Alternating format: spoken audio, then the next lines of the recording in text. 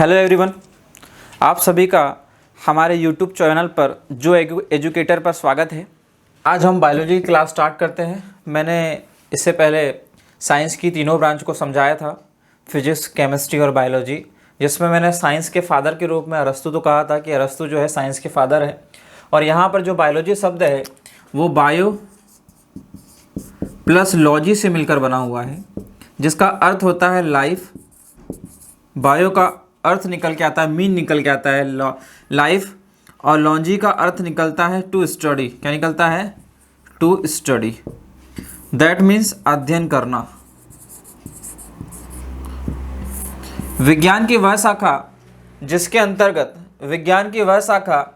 अंतर्गत सजीवों का अध्ययन किया जाता है बायोलॉजी कहलाता है। क्या कहलाता है? बायोलॉजी कहलाता है। ओके, बायोलॉजी जो है ग्रीक भाषा का शब्द है। इस शब्द को लेमार्क, दो साइंटिस्ट थे, लेमार्क और ट्रेविरेनस,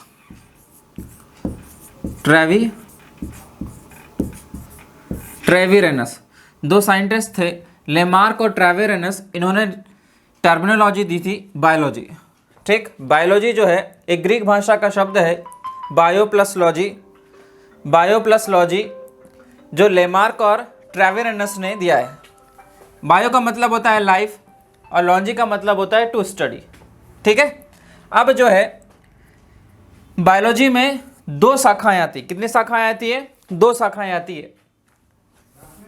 एक तो होती है इसमें जूलॉजी और एक होती है बॉटनी। एक होती है जूलॉजी और एक होती है बॉटनी। इसे जंतु विज्ञान कहा जाता है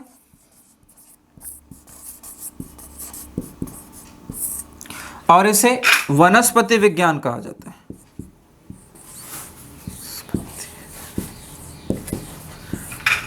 जंतु विज्ञान जैसे इसे भी अगर दो भागों में तोड़ेंगे तो जू का मतलब होता है जंतु और प्लस लॉजी का मतलब होता है टू स्टडी। जिसमें जंतुओं का अध्ययन किया जाता है वो कहलाती है आपकी जूलॉजी, और ये जो है वनस्पति, इसमें वनस्पति का अध्ययन किया जाएगा। ओके, अब यहाँ पर भी क्वेश्चन आता है कि फादर ऑफ जूलॉजी कौन सा है? फादर ऑफ जूलॉजी कौन है? तो फादर ऑफ जूलॉजी भी कौन है? अरस्तु ही है। फादर ऑफ जूलॉजी भी कौन है? अरस्तु ही है। और फादर ऑफ बॉटनी कौन है? तो फादर ऑफ बॉटनी है थियोफ्रेस्टस। कौन है? थियोफ्रेस्टस।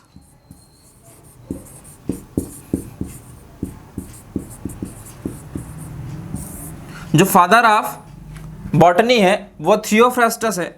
अब इनमें सब चीज़ें देखेंगे, कॉमन देखेंगे। फादर ऑफ साइंस है वो भी अरस्तु है, फादर ऑफ बायोलॉजी है वो भी अरस्तु है, फादर ऑफ जूलॉजी है वो भी अरस्तु है, और फादर ऑफ बॉटनी अगर देखें तो थियोफ्रेस्टस है। तो अरस्तु ने ऐसा क्या किया कि पूरे साइंस जगत का उन्हें फादर कहते हैं। तो इसमें नॉर्मल सी चीज़ें हैं। अरस्तु ने किताब लिखी थी, एक बुक लिखी थी जिसका नाम है, अरस्तु की एक बुक है द स्टोरी ऑफ प्लांटेरा।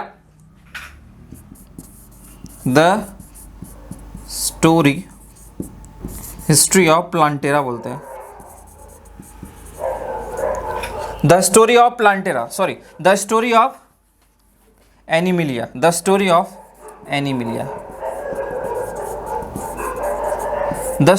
एनीमिलिया। और इनकी एक किताब है जिसका नाम है द स्टोरी ऑफ प्लांटेरा। थोड़ा मिसमैच हो गया। द स्टोरी ऑफ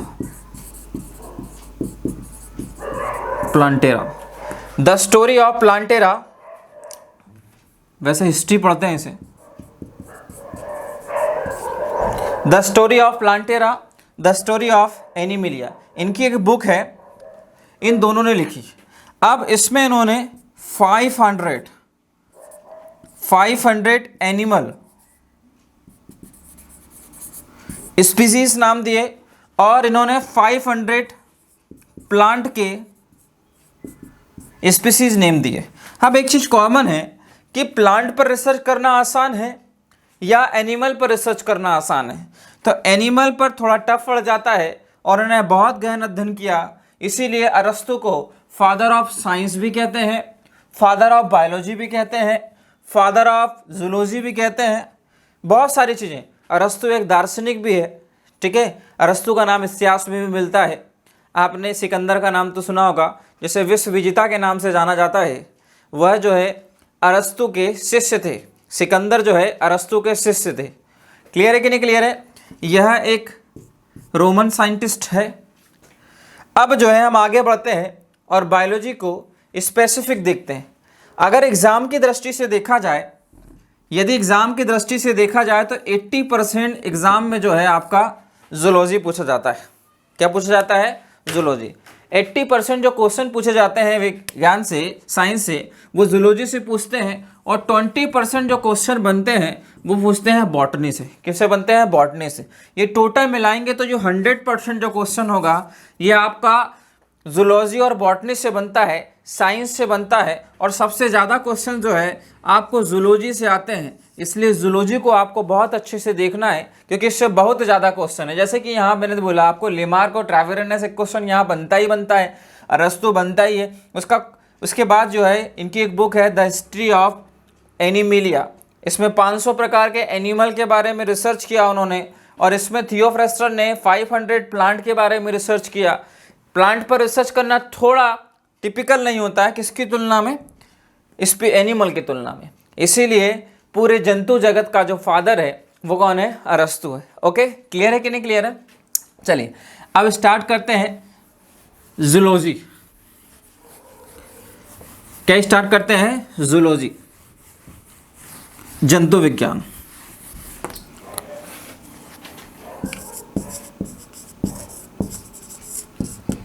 इसे प्राणी विज्ञान भी कहा जाता है।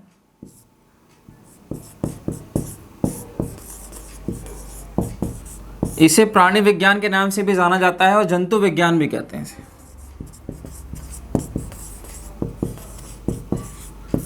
क्लियर है? दोनों नाम है। अब यहां पर शब्दों में ही सब छुपा है।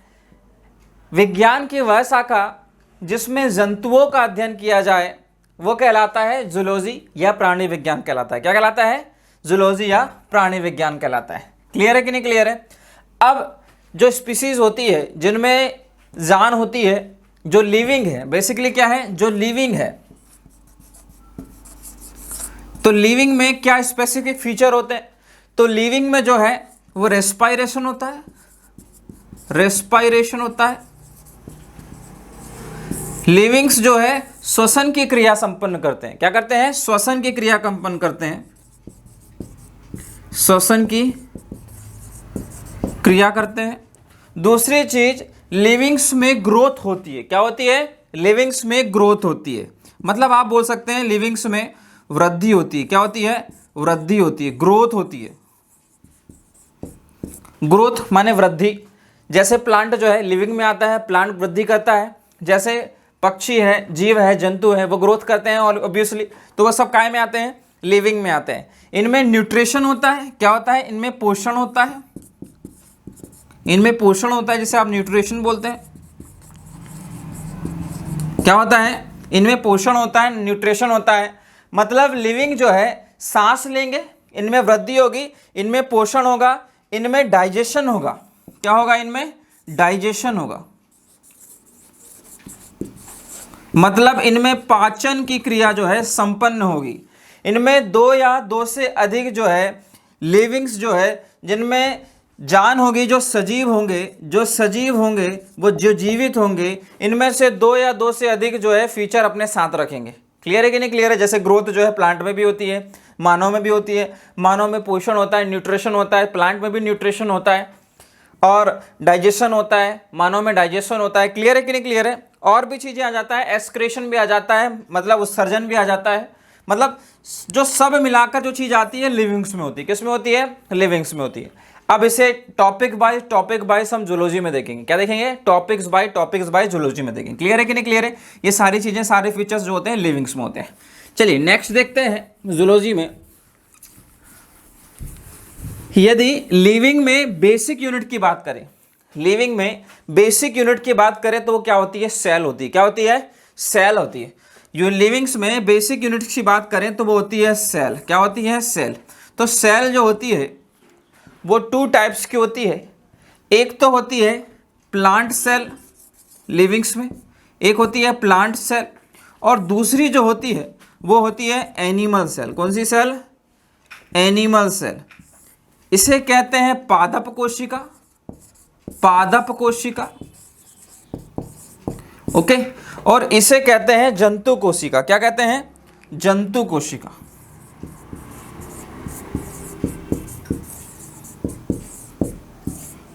ओके, एक है पादप कोशिका, एक है जंतु कोशिका।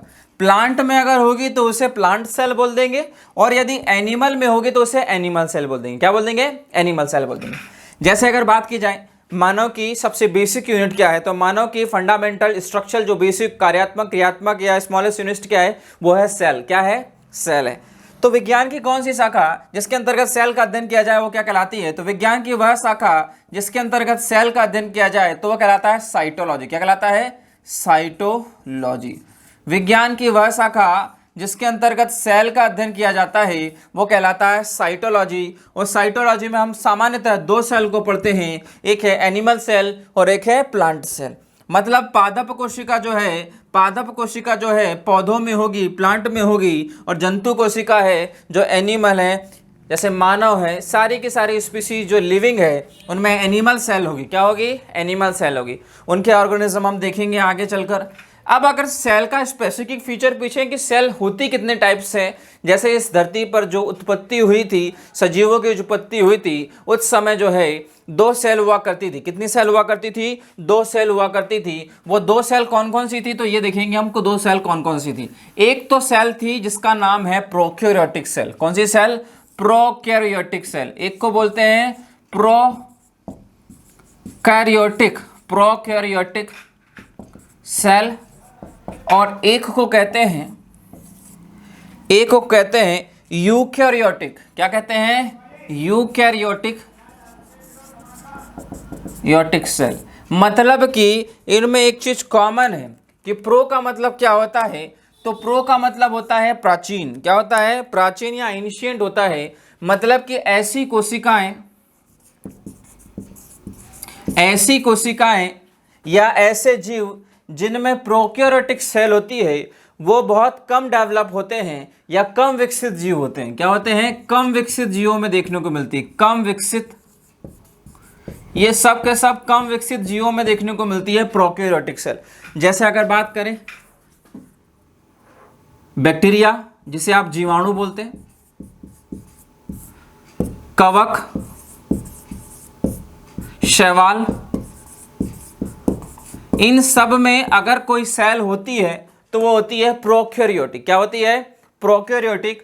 और यदि यूकैरियोटिक की बात करें तो ये होती है एनिमल सेल, और इसी में आता है प्लांट सेल। क्या आता है? Plant cell. मतलब कि जंतु कोशिका और पादप कोशिका जो है, जंतु कोशिका और पादप कोशिका, सॉरी थोड़ा विजिबल नहीं हो पा रहा है इसलिए इसे नीचे लिख देता हूं मैं, ठीक है। जंतु कोशिका, एनिमल सेल और प्लांट सेल,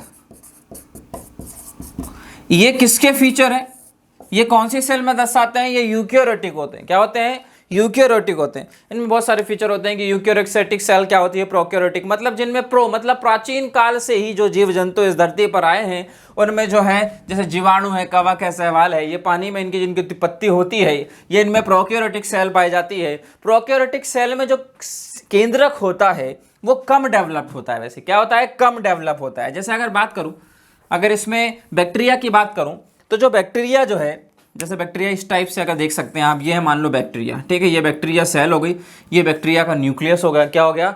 न्यूक्लियस हो गया। और इसके अंदर जो है ना, ये है न्यूक्लियोप्लाज्म। क्या है? न्यूक्लियोप्लाज्म, जिसे आप कोशिका द्रव्य बोलते हैं। क्या बोलते हैं? कोशिका द्रव्य बोलते हैं, या इसे एक और नाम से जाना जाता है प्रोटोप्लाज्म। सॉरी, क्या बोलते हैं इसको? प्रोटोप्लाज्म बोलते हैं, ठीक है। न्यूक्लियोप्लाज्म अंदर का द्रव्य होगा, इसको कहते हैं आप प्रोटोप्लाज्म या कोशिका द्रव्य बोलते हैं ना, प्रोटोप्लाज्म भी बोलते हैं, प्रोटोप्लाज्म भी बोलते हैं। तो ये जो केंद्रक है, इसमें जो केंद्रक होगा वो टूटा फूटा होगा। कैसा होगा? टूटा फूटा, आधा ऐसा आधा ऐसा। इसका मतलब ये है कि इसका जो जेनेटिक मटेरियल होगा, इसका जो आनुवंशिक पदार्थ होगा वो कहाँ बिखरा होगा, प्रोटोप्लाज्म में बिखरा होगा। इसीलिए इसे केंद्रक नहीं मानते हैं। तो प्रोकैरियोटिक में जितने भी प्रोकैरियोटिक जीव होते हैं, जितने भी एनिमल्स होते हैं, उनमें केंद्रक जो होता है टूटा फूटा होता है, पूरा डेवलप नहीं हो पाता है। लेकिन अगर यूकैरियोटिक सेल की बात करें तो इनमें जो केंद्रक होता है वो पूरा का पूरा डेवलप्ड होता है। क्या होता है, डेवलप्ड होता है। क्लियर है कि नहीं क्लियर है? एक के बाद हम लोग पूरी चीज़ें यहाँ पर पढ़ लेंगे धीरे धीरे करके, एनिमल सेल प्लांट सेल दोनों को एक साथ देखेंगे ताकि आपको प्रॉब्लम ना जाए समझ में। जैसे बात की जाए एनिमल सेल और प्लांट सेल में, तो सबसे पहले बेसिक फीचर क्या होता है, तो एनिमल सेल जो होता है, एनिमल सेल में सिंगल कवरिंग होती है और प्लांट सेल में डबल कवरिंग होती है, जिसे आप सेल वॉल बोलते हैं। एनिमल सेल की पहली कवरिंग जो होती है उसे सेल मेम्ब्रेन बोलते हैं, कोशिका झिल्ली बोलते हैं। और जैसे ही बात की जाए प्लांट सेल में, तो प्लांट सेल में जो सेकंड कवरिंग होती है, प्लांट सेल में दोहरी झिल्ली होती है, तो उसी दोहरी झिल्ली को बोलते हैं कोशिका झिल्ली। मतलब कि अगर दोनों को पैरेलल अगर देखा जाए, साथ में देखा जाए, साथ में पढ़ा जाए तो सिंपल है, आपको ज़्यादा समझ में आएगा। और यदि सेपरेट पढ़ते हैं तो एक चीज़ आगे निकल जाती है और एक चीज़ पीछे ही छूट जाती है। इसीलिए इन दोनों को हम कैसा देखेंगे, साथ में देखेंगे, पैरेलल देखेंगे। कैसा देखेंगे, साथ में देखेंगे, पैरेलल देखेंगे। क्लियर है कि नहीं क्लियर है? ये समझ में आ रही है? ओके, आगे बढ़े, चलिए।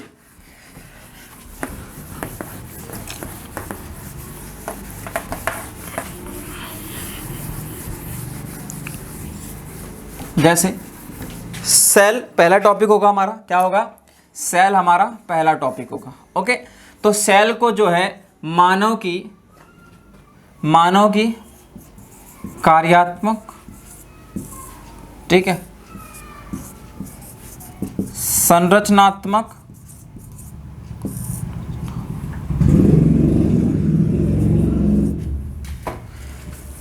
मूलभूत, ठीक है, कार्यात्मक को बोलते हैं फंक्शनल। क्या बोलते हैं, फंक्शनल, ठीक है। और संरचनात्मक को बोलते हैं स्ट्रक्चरल, ओके। और मूलभूत को बोलते हैं फंडामेंट। क्या बोलते हैं, फंडामेंटल, ठीक है। तो सेल जो है, कोशिका जो है, मानव की कार्यात्मक, संरचनात्मक, मूलभूत इकाई। क्या है, कार्यात्मक, संरचनात्मक जो है मूलभूत इकाई है मानव शरीर की कोशिका। या एनिमल सेल या प्लांट सेल दोनों अगर देख लिया जाए तो एनिमल सेल और प्लांट सेल में मूलभूत जो इकाई होगी वो क्या होगी, सेल होगी। और इसका अध्ययन जो होता है वो साइटोलॉजी में करते हैं। किस में करते हैं, साइटोलॉजी में करते हैं। मैंने आपको अभी बताया है कि विज्ञान की वह शाखा जिसके अंतर्गत सेल का अध्ययन करेंगे वो कहलाता है साइटोलॉजी। क्या कहलाता है, साइटोलॉजी। ओके, अब जो है सेल जो है, अगर बात की जाए, सेल की बात की जाए तो हमारी उत्पत्ति जो है इस सजीव जीवन में एक एक जीव की उत्पत्ति जो है सेल से हुई है। किससे हुई है, सेल से हुई है। जैसे कि फीमेल का और मेल का देखा जाए तो फीमेल का जो होता है, फीमेल से ओवम रिलीज होता है, जैसे अंडाणु कहा जाता है, और मेल से होता है स्पर्म। क्या होता है, स्पर्म, जिसे शुक्राणु कहा जाता है। ये दोनों जब आपस में मिलते हैं, ये दोनों बेसिकली एक गैमेटिक सेल है, ये दोनों जब आपस में मिलते हैं तो जाइगोट बनाते हैं। क्या बनाते हैं, जाइगोट बनाते हैं, जिसे आप युग्मनज कहते हैं। क्या कहते हैं, युग्मनज कहते हैं। यही युग्मनज, जैसे सिंगल सेल है, जब जाके दो हुई तो जाइगोट बना, और यही युग्मनज आगे चल के एम्ब्रियो बनाता है। क्या बनाता है, एम्ब्रियो। और यही एम्ब्रियो कहलाता है भ्रूण। क्या कहलाता है, भ्रूण। इसे इंग्लिश में भ्रूण कहते हैं। धीरे धीरे बच्चे का विकास होना चालू हो जाता है, और हम कह सकते हैं कि सजीवों में आपकी स्मॉलेस्ट यूनिट क्या है, स्मॉलेस्ट यूनिट, सबसे छोटी इकाई, स्मॉलेस्ट यूनिट, सबसे छोटी इकाई वो सेल ही है। जैसे फीमेल से ओवम रिलीज होता है, मेल से स्पर्म, जब ये दोनों बनते हैं तो जाइगोट का निर्माण होता है। जाइगोट के बाद ये आगे चलता है, ये एम्ब्रियो बन जाता है। क्या बन जाता है, एम्ब्रियो बन जाता है। इसके बाद धीरे धीरे बेबी का विकास स्टार्ट हो जाता है। इसे दूसरे तरीके से भी देख सकते हैं। जैसे अगर मैं बात करूं, ये है सेल। ओके, डन है, कोई दिक्कत। ये सेल है, सेल से बनता है के बाद टिश्यू बनता है। क्या बनता है? टिश्यू बनता है। बेसिक यूनिट है ना, इसे कोशिका कहते हैं। क्या कहते हैं? इसे कोशिका कहते हैं। जब दो या दो से अधिक कोशिका मिलेगी तो किसका निर्माण होगा? ऊतक का निर्माण होगा। किसका निर्माण होगा? ऊतक का निर्माण होगा। जब दो या दो से अधिक ऊतक आपस में मिलेंगे तो ऑर्गन्स का निर्माण होगा। ऑर्गन्स का निर्माण होगा। ऑर्गन्स माने अंग। किसका निर्माण होगा? अंग का निर्माण होगा। अंग कौन कौन से? जैसे कि शरीर के अंदर लीवर है आपका, ईसोफेगस है, आहार नाल है, स्टमक है, हाथ है, पैर है, इनका निर्माण होगा। जब यही ऑर्गन्स आपस में मर्ज हो जाएंगे, क्या हो जाएंगे? मर्ज हो जाएंगे। तो यही ऑर्गन्स जो है आपस में मर्ज होंगे तो ऑर्गन सिस्टम बनेगा। ऑर्गन सिस्टम बनेगा, जिसे हिंदी में आप कहते हैं अंग तंत्र। क्या कहते हैं? अंग तंत्र। हिंदी में आप कहते हैं अंग तंत्र बनेगा। अंग तंत्र बनेगा। और जब ये अंग तंत्र पूरा सिस्टम बन जाएगा, अंग तंत्र बन जाएगा, तो पूरा का पूरा बॉडी बन जाएगा। क्या बन जाएगा? बॉडी बन जाएगा, जिसे शरीर कहा जाता है, जिसे देह कहा जाता है। ओके, डन है। अंग तंत्र में कौन सी चीजें आती है? तो जैसे अभी मैंने कहा था आपको, इससे पहले मैंने कहा था अंग तंत्र में, जैसे कि अगर बात करें कंकाल तंत्र। क्या बात करें?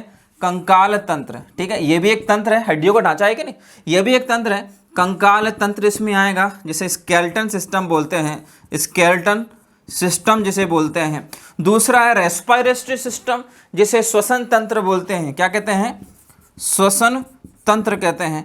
रेस्पिरेटरी सिस्टम जिसे श्वसन तंत्र कहते हैं। ओके, अगला नेक्स्ट इसी में रेस्पिरेटरी सिस्टम के बाद डाइजेस्टिव सिस्टम। क्या होगा? Digestive system. डाइजेस्टिव सिस्टम जिसे पाचन तंत्र कहते हैं, जिसे पाचन तंत्र कहते हैं। तो बहुत सारे तंत्र का निर्माण होगा, जैसे नर्वस सिस्टम, तंत्रिका तंत्र हो गया आपका, जैसे आपकी सोचने और समझने की शक्ति जो है नर्वस सिस्टम पर डिपेंड होती है। क्लियर है कि नहीं क्लियर है? तो पूरे के पूरे तंत्र का निर्माण होगा। जब आप सेल पढ़ लेंगे, सेल के बाद मैं टिश्यू पढ़ा दूंगा, टिश्यू कौन कौन से होते हैं। तो एनिमल टिश्यू अलग होते हैं, प्लांट टिश्यू अलग होते हैं। तो इनको भी आपको साथ में लेकर पढ़ना है, अलग अलग नहीं देख सकते, क्योंकि अलग अलग देखेंगे तो चीज़ें फिर समझ में नहीं आती है। ओके, तो एक तरफ एनिमल टिश्यू देखेंगे, एक तरफ प्लांट टिश्यू देखेंगे। तो एनिमल में कौन कौन से टिश्यू होते हैं, प्लांट में कौन कौन से टिश्यू होते हैं, ग्रोथ करने में कौन सा टिश्यू उत्तरदायी होता है। ओके, उसके बाद बनता है ऑर्गन्स। ऑर्गन्स मतलब यही आपका लीवर है, आपका स्टमक है। तो इनको साथ सिंगल सिंगल ना देखकर आपको सिस्टम में देखना पड़ेगा। जैसे कि अगर लीवर देखना है, वो क्या देखना है? लीवर। तो लीवर किस में आएगा? लीवर जो है डाइजेस्टिव सिस्टम में आ जाएगा। किस में आ जाएगा? डाइजेस्टिव सिस्टम में आ जाएगा। जैसे फेफड़ा देखना है आपको, मतलब श्वसन तंत्र में फेफड़ा आ जाएगा। आपको सांस ले रहे हैं, एक्सेल इनहेल कर रहे हैं, तो वो सारी चीजें आ जाएगी इसमें। जैसे कंकाल तंत्र, जैसे कल मैंने बताया था कि छोटी हड्डी, बड़ी हड्डी, मानव शरीर में टोटल कितनी हड्डियां होती हैं? तो आप बोलते हैं 206 होती है। जब बच्चे का विकास होता है, जब बच्चा पैदा होता है, उसमें मानव शरीर में उस समय बच्चे में लगभग 300 से अधिक बोन्स होती है। मतलब 306, 305, 300 से अधिक। जैसे जैसे बेबी जो है बड़ा होते जाता है, बोन्स जो होती है जुड़ने लग जाती है, और लास्ट में बचती कितनी है? 206 ही बचती है। एक एक करके गिन लेंगे 206। ओके, बहुत सारे क्वेश्चन इनसे बनते हैं। तो ये सारा चीज जो है, ये सब का सब जो डिपेंड होता है वो सेल से डिपेंड होता है। किससे होता है? सेल। मतलब कि कोशिका से ही सारी चीजें बनी हुई है।